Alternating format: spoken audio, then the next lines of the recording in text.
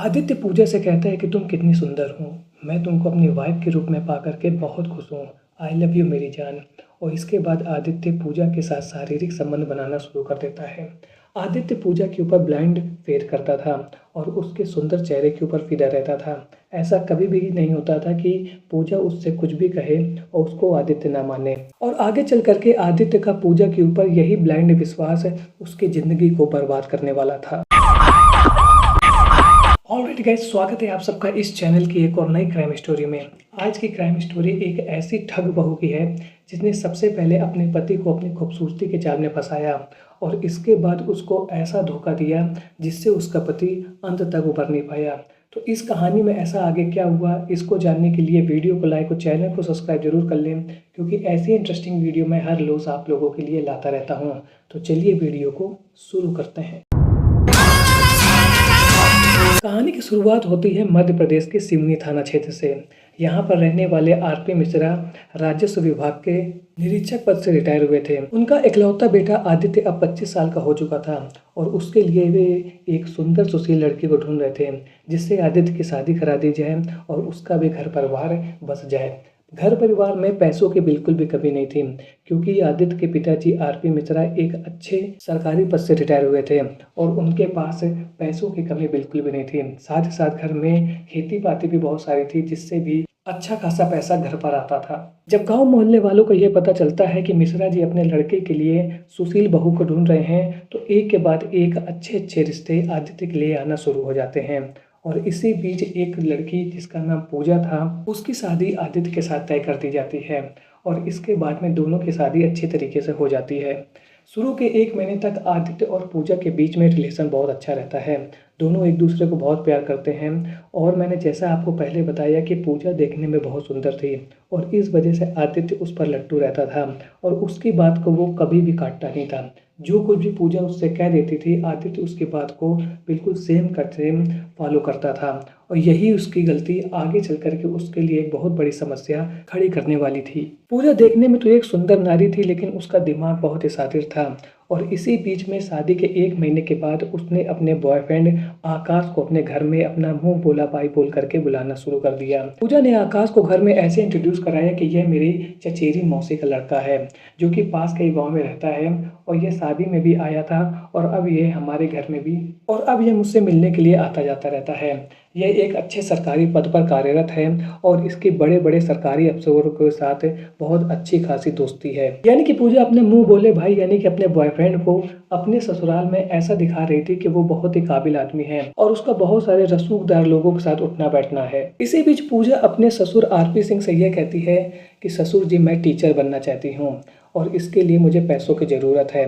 आकाश जो मेरा मुंह बोला भाई है उसका बड़े बड़े सरकारी अफसरों के साथ मिलना जुलना है और वह मेरी नौकरी को लगा सकता है। और इसके बाद वे अपने ससुर से यह कहती है कि मुझे केवल 13 लाख रुपए की ज़रूरत है, यदि आप ये पैसे दे देंगे तो ये मेरी नौकरी लगवा देगा, जिससे मेरा जो सरकारी नौकरी यानी कि टीचर बनने का जो सपना है वो पूरा हो जाएगा। लेकिन पूजा के ससुर आरपी मिश्रा एक सरकारी पद से रिटायर अफसर थे और उनको यह सब अच्छी तरीके से मालूम था कि ये एक धांधलेबाजी है।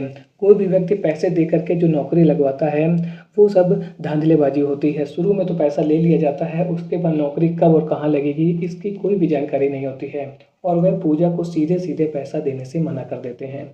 जब पूजा को ये लगता है कि यहाँ पर तो मेरा प्लान फ्लॉप हो गया, यानी कि जो प्लान उसने अपने बॉयफ्रेंड आकाश के साथ बनाया था कि उनका काम ये है कि अब अपने ससुराल वालों से पैसे ऐंठना है और जब उनके पास अच्छे खासे पैसे हो जाएंगे तो वो अचानक घर से गायब हो जाएंगे और दूसरी जगह पर जा करके शादी कर लेंगे। जब पूजा का पहला प्लान फेल हो जाता है तो इसके बाद वे अपना दूसरा प्लान अपने पति के ऊपर चलती है और उसको इस बात का पूरा विश्वास था कि उसका पति उसकी बात को टालेगा नहीं, क्योंकि वह उसकी खूबसूरती पर पूरी तरीके से लट्टू था और जो कुछ भी पूजा आदित्य से कह देती थी वह उसको मान लेता था।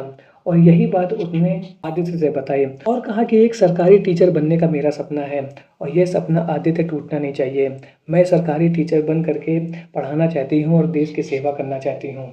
अब आदित्य पूजा की चालाकी को समझ नहीं पाता था, क्योंकि वह हर तरीके से आदित्य को खुश रहती थी। जब भी आदित्य उससे कुछ भी मांगता था वह उसको पूरा करके देती थी, क्योंकि यह उसकी चाल थी और वो चाहती थी कि आदित्य उसके चक्कर में फंसा रहे और उसकी बात को कभी भी नज़रअंदाज न करे और उसके ऊपर ब्लाइंड विश्वास वो करता रहे। इसके बाद आदित्य पूजा से कहता है कि ठीक है, तुम टीचर बनना चाहती हो तो मुझको क्या दिक्कत है, तुमको जो कुछ भी तैयारी करनी है उसके लिए जितना भी पैसा लगेगा मैं लगाऊंगा। तो पूजा आदित्य से यह कहती है कि इसके लिए तुम्हें सिर्फ कुछ पैसे खर्च करने होंगे, तुमको मेरे मुंह बोले भाई आकाश को कुछ पैसे ट्रांसफ़र करने होंगे और उसका बड़े बड़े अधिकारियों के साथ उठना बैठना है, वह हमारी सेटिंग करा देगा और इसके बाद मेरी नौकरी लग जाएगी। जहाँ एक और आदित्य के पापा यानी कि आरपी सिंह अपनी बहू की चालाकी को समझ चुके थे, वहीं दूसरी ओर आदित्य अपनी पत्नी पूजा की चालाकी में फंसता जा रहा था। और इसके बाद वह पूजा से कहता है ठीक है, मैं पैसों का अरेंजमेंट करूंगा और देखता हूँ मेरे पास से कितने पैसे हो जाते हैं। पूजा को जब ऐसा लगता है कि आदित्य उसके